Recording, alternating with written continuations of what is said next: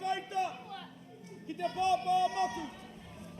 Me o tātou mate o te tairāwhiti, puta noa i te motu, te pūkahu o te mate. Ka tira ko ngā kaupapa, ko ngā mihi kai roto i a mātou mahi.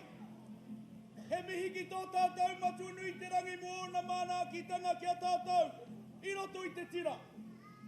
Ko te whakaeke, me ki pēnei, he reanga, he pakanga, he reanga, he pakanga, mai rā no i te wā i a Ruapani.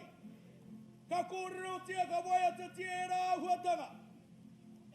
Ka huri ki te whare pātahi o te tairāwhiti, ngā wānanga, ngā tohunga, mai, i a pūangiangi, i whare ka hika, haere atu rā, ki anuku taurua, ka mihia.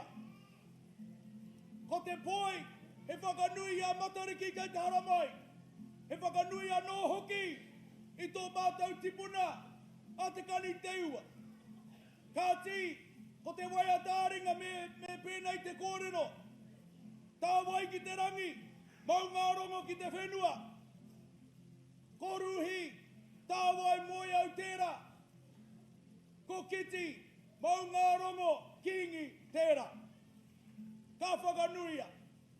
Ko te haka, ka tīkina atu, ngā kōrero, ngā whakahe, a te tipuna, a tuta niho niho.